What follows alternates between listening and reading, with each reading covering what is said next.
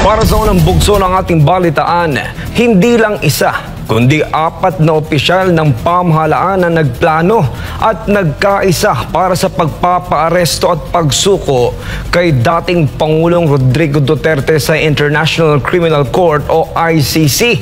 Sa katunayan, mismong opisina ni Pangulong Bongbong Marcos ang nagbigay ng eroplanong naghatid sa dating presidente patungong The Hague, Netherlands. Ang detalye mula kay Paul Montibon.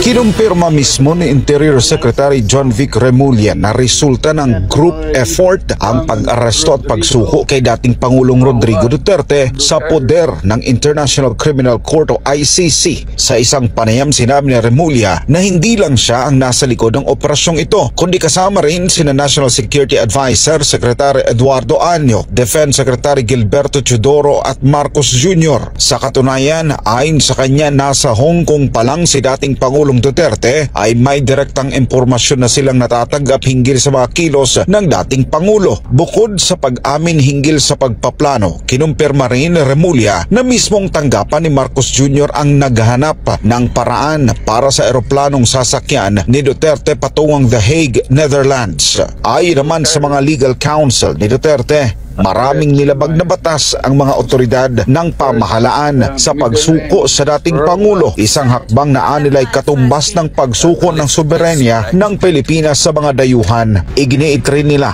na hindi nasunod ang tamang proseso sa pag-aresto sa dating Pangulo. Matatandaan si Secretary Eduardo Año ay nagsilbing AFP Chief of Staff at kalihim ng Interior and Local Government sa ilalim ng Duterte administration, habang si Teodoro naman ay matagal nang nakikita bilang malapit sa pamilya Duterte. Pareho namang wala pang sagot o pahayag ang tanggapan ni Teodoro at Año hinggil sa nasabing issue. Kaugnay naman sa kasong isinampa laban kay dating Pangulong Duterte dahil sa programa niyang War on Drugs, kung saan sinasabing umabot daw sa 30,000 ang biktima, ay lumabas na 43 lamang ang tunay na nagrereklamo laban sa dating Pangulo. Para sa Diyos at sa Pilipinas kong mahal, nag-uulat Paul Montibon, SMNI News.